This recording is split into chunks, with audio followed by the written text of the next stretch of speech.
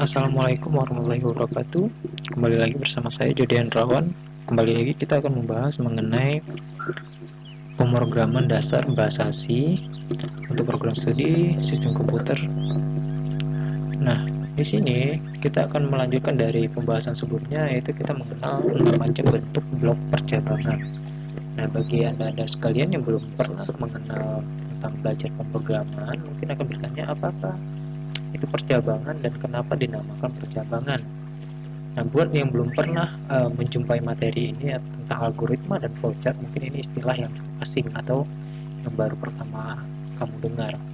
Nah, istilah ini sebenarnya untuk menggambarkan alur program yang bercabang pada flowchart, logika. Nah, logika itu jika dan maka digambarkan dalam bentuk cabang. Contoh, jika maka akan ada aksi yang diberikan. Jika keadaannya A, maka aksinya akan memberikan B, misalnya seperti itu. Langsung saja contohnya percabangan if. Untuk percabangan pertama itu percabangan if merupakan percabangan yang hanya memiliki satu blok pilihan saat kondisinya benar. Contoh di sini ada sebuah program di mana total belanja di atas dari 100.000 maka akan mendapatkan hadiah, atau selamat Anda mendapatkan hadiah. Jika tidak, maka hanya mendapat ucapan terima kasih. Jadi dia akan memberikan aksi jika hanya ada sebuah kondisi yang benar, yaitu jika belanja di atas 100.000. Nah, seperti ini logika programnya. Jadi kita diminta menginputkan total belanja. Misalnya kita sudah membuat total belanjanya lebih dari 100.000, maka akan mendapatkan ucapan atau notifikasi selamat Anda mendapatkan hadiah. Ketika kita eksekusi, maka inputkan total nilai belanja, total belanja 85.000. Maka akan hanya keluar notifikasi terima kasih sudah berbelanja di toko kami. Nah, saat kita masuk ke nilai di atas dari 100.000, maka akan muncul tambahannya. Selamat, Anda mendapatkan hadiah.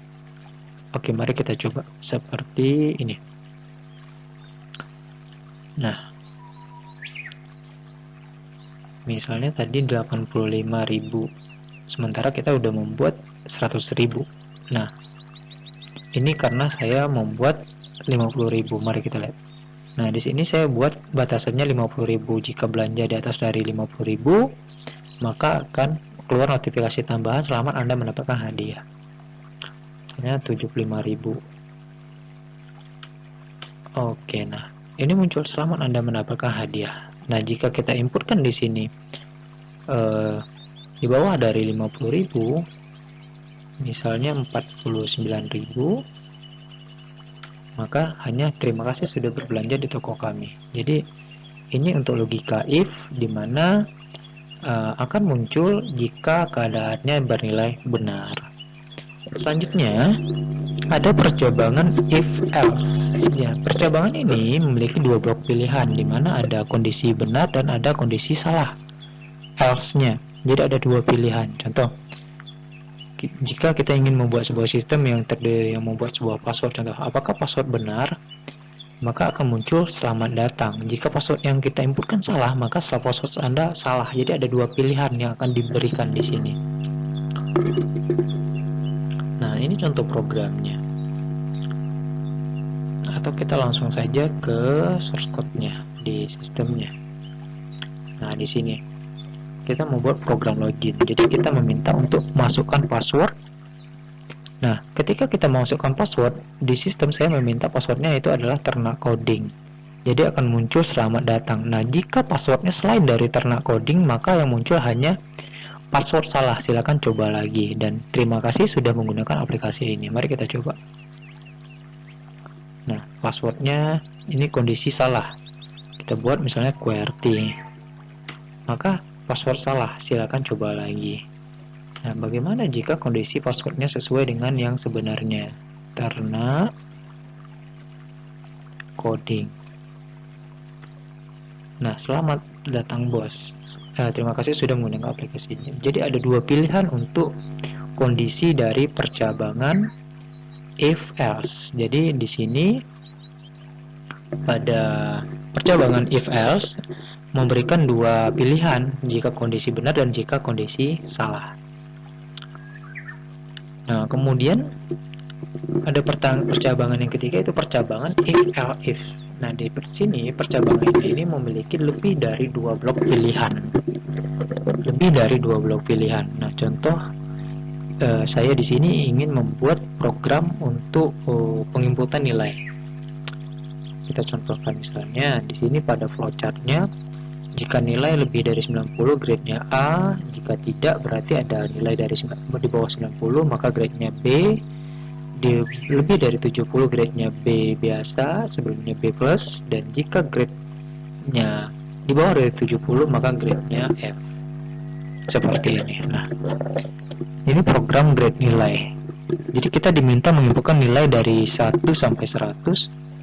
Nah, jika salah satu angka di antara ini yang kita input, misalnya nanti kita menginputkan nilai 60, maka grade-nya akan C+. Nah, kemudian kenapa di sistem ini saya buat tidak ada C+, B+, ataupun A+? Karena di sini saya menggunakan tipe data karakter di sini char grade ini. Jika ingin menggunakan B+ dan C+, kita bisa pakai ganti char ini menjadi string di sini. Yang ini. Kita bisa ganti ini menjadi string. Seperti apa? Mari kita coba. Untuk percabangan if else. Nah, kita diminta menginputkan nilai. Misalnya kita menginputkan nilai 85. Di sana tadi grade-nya A. Grade-nya B. Karena 90 ke atas yang grade-nya A. Jadi kita bebas mau menginputkan berapapun sebenarnya. Jadi banyak perulangan di sistem ini. Bukan hanya 1 dan 2 seperti percabangan sebelumnya. Dimana if hanya satu percabangan, yang if else ada 2, kondisi benar dan salah, sedangkan yang if else if ini lebih dari 2 kondisi sebenarnya di sini. Untuk if else if. Kemudian selanjutnya adalah percabangan switch atau case. Nah, percabangan switch atau case adalah bentuk lain dari percabangan if else if. Jadi bentuk lainnya, hanya bentuk lain. Di sini ada switch. Nah, kita dapat membuat blok code atau case sebanyak yang diinginkan dalam blok switch. Nah, pada value ini, kita bisa mengisinya dengan nilai yang akan kita bandingkan pada variabelnya. Setiap case harus diakhiri dengan break-nya. Jadi setiap case ini harus ada break. Case break. Nah, khusus untuk default ini, itu tidak perlu diakhiri dengan break karena dia terletak di bagian akhir. Nah, dengan break ini, untuk membuat program berhenti mengecek case berikutnya saat sebuah case terpenuhi. Contohnya seperti ini. Kita menginputkan grade. Jadi pilihannya, kalau grade-nya A berarti Anda luar biasa. Jika kita menginputkan grade-nya B, bagus. Jika grade-nya D, Anda lulus. Jika grade-nya E dan F, Anda akan remedial ataupun mengulang. Kemudian di sini saya menggunakan nah, untuk program ini kita menggunakan fungsi topper yang di sini switch topper untuk mengubah huruf kecil ini menjadi huruf kapital atau huruf besar. Jadi ketika kita menggunakan huruf kecil, nantinya akan berubah menjadi huruf besar. Mengapa menggunakan topper? Ini karena kita dapat menginputkan huruf kecil dan huruf besar untuk mengecek grade. Jadi bukan hanya A kecil dan A besar, atau hanya A besar, tetapi A kecil juga akan diartikan sebagai huruf A nantinya. Seperti ini. Nah, di sini. Misalnya grade-nya B. Maka bagus. Sementara tadi kita hanya membuat B besar, sementara yang kita inputkan hanya B kecil. Jadi fungsi dari topper tadi adalah mengartikan bahwasannya B untuk B besar dan B kecil itu tetap sama nilainya atau grade-nya. Kurang lebih seperti itu.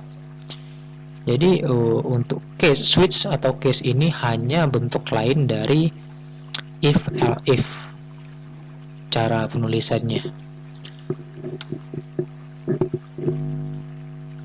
Kemudian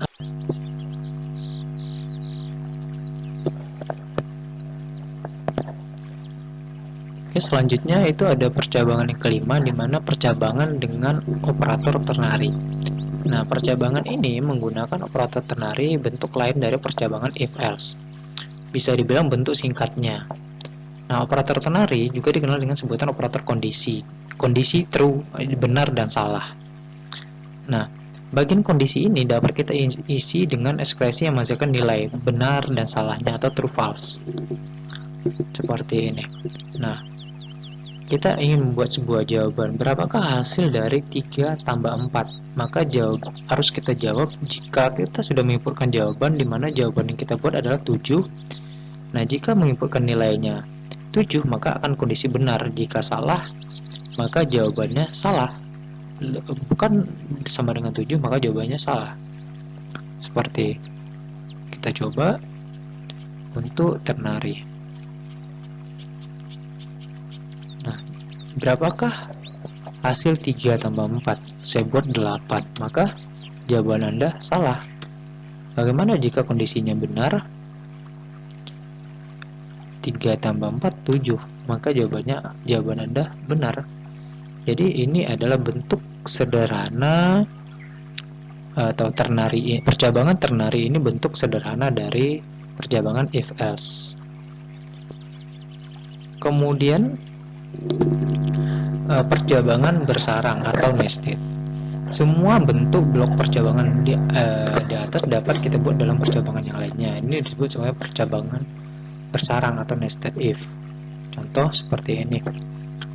Kemudian kita membuat sebuah program, username-nya apa? Kita buat username-nya di sini saya buat petani kode. Kemudian password-nya copy. Dan selamat datang. Jika salah, maka akan muncul password salah dan coba lagi, Anda belum terdaftar. Jadi ada dua kondisi di sini. Misal jika password kita salah, maka akan muncul password salah dan coba lagi, dan jika benar maka selamat datang bos. Kurang lebih seperti itu. Mari kita coba.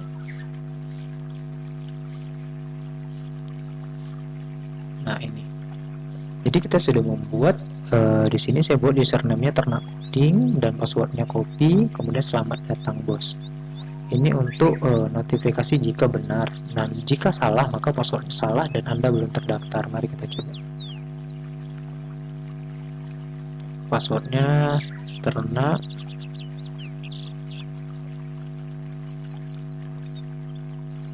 coding copy. Oke, selamat datang bos. Ini kondisi yang benar. Kemudian bagaimana dengan kondisi yang passwordnya salah? Misalnya QWERTY copy, Anda belum terdaftar. Jadi password kita salah. Kurang lebih seperti itu untuk bagaimana kita mengenal percabangan dalam pemrograman bahasa C. Tadi ada percabangan bersarang, percabangan operator ternary, percabangan switch atau cache, ada percabangan if-else if, percabangan if-else, dan percabangan if.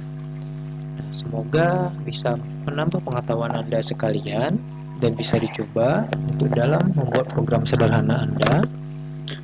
Kemudian semoga video ini dapat bermanfaat dan dijadikan sebagai pedoman dalam belajar pemrograman.